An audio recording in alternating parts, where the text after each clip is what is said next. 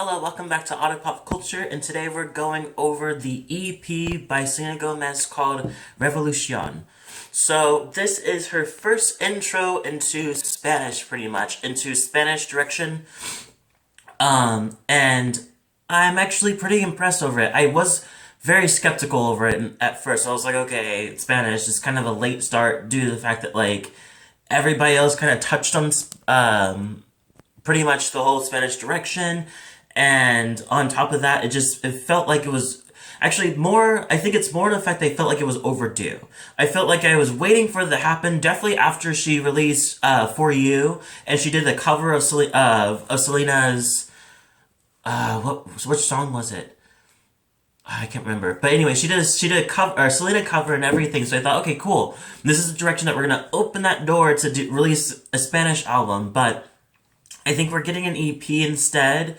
Maybe that EP is going to turn into an album. I really don't know. I haven't really been keeping track or seeing anything that says, like, this is the... I thought this was supposed to be an album, actually, because it is 7 songs, or 7 tracks. And there are albums lately that are 7 tracks, so I don't know why she called it an EP unless she plans on doing way more to it. But I'm excited if that's the case, because this taste of it was a good taste. I feel like, honestly, I felt like for me personally, I'll speak for my own opinion about her as a person that likes her but doesn't really feel like there's something that's missing. That's always been something that's missing. I felt like Stardance was a good direction of feeling her out as she starts to be herself, and then Revival was cute, but I felt like we already started to go downhill because it was a lot. I like the whole, like, good for you and everything, where she, like, whisper, moan, kind of sing, which was cute at first, but then it kind of seems like it was her thing after a while. And it was like, that's cute for a one-time thing, but you have to, at least, if you're going to do that, at least market it more or switch it up a bit. And I felt like that wasn't happening. So then when we came into Rare, when she did Love Somebody or Lose You to Love Me, I thought, okay, once again, we're going to get into something big. We're really going to go deep into this. And of course, we get into Rare, and it just kind of flopped for me. Like, I felt like I definitely took some songs. Like, I liked Vulnerable. I like Love You to Lose Me. But I felt like the other ones kind of, meh to me. So came into this very cautiously.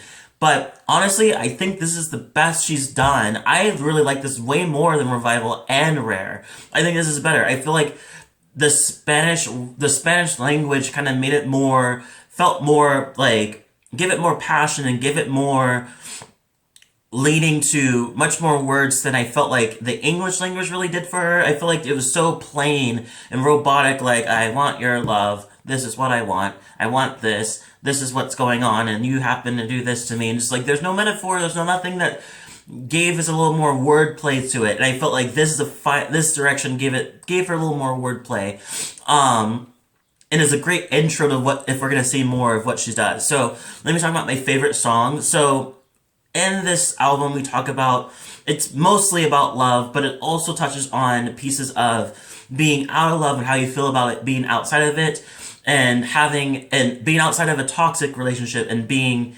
pulled in and out and one point where they want to pull you in, and also being in love with somebody and also not looking for love at all, just want to dance. And not talk about love, just kind of want to feel things. And yeah, I think it's more about being at the aftermath of coming out of a toxic relationship, going into a space where just like, I just want to dance, I just want to have a good time, I'm not looking for your name, we're just gonna have a good time, no love talk. And then it goes into, maybe we can talk about love, maybe everything is going well, I really like everything about you. And it ends with kind of like selfish love, which talks about more, like, we make each other jealous, but it's a part of the game that we like to play, which is, I think, is cute, is cute, but that definitely can get toxic in a way.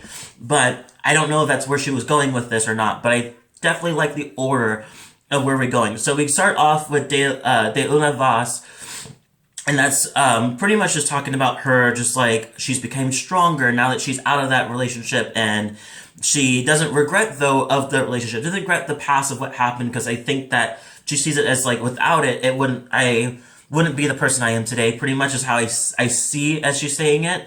Going into Buscando Amor, is also a really fun one where just like her and her girls just want to go out. They want to talk about, they're not looking for love, even though that's the title of the song, but she's not looking for love. She's just looking for to have a good time. And if you want to come at her and kind of have a good time with her, fine. But if you want to come in with towards her looking for love, just don't, kind of thing. It's pretty much what she says.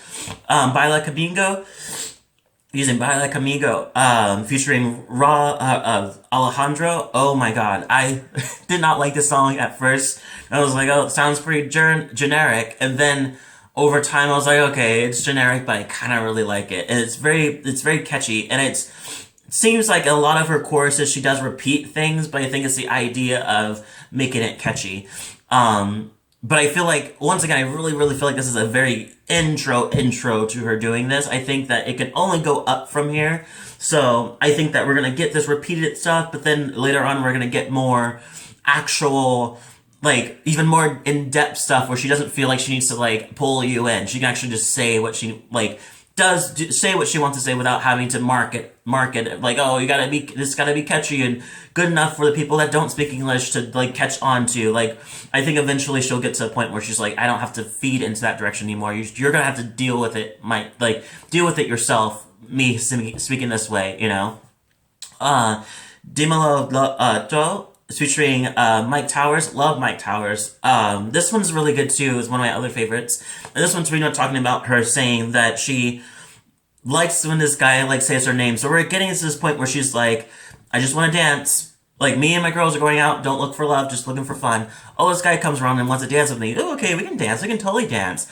But then she's like, oh, now I'm kind of catching feelings because I like the way you feel, like how you say my name, and it's like that. And then it goes into Vicio, and that one feels like it talks about pretty much his lips and how his lips is her vice and how she really likes that. So we already see that she's already catching feelings in that direction with this guy. But then it goes into Adios where it talks about this ex that, so maybe it's the direction where she's catching feelings with this guy while the ex does come around or does call her up 3 o'clock in the morning, just want to know about her whereabouts and where she's going and who she's with, kind of thing, which is obviously the nod to the Una Voz, where it talks about, where she's like, I can't, like, without this is make me stronger, and now you're calling back after he has mentioned and made it known that his life is much better without her, but still he's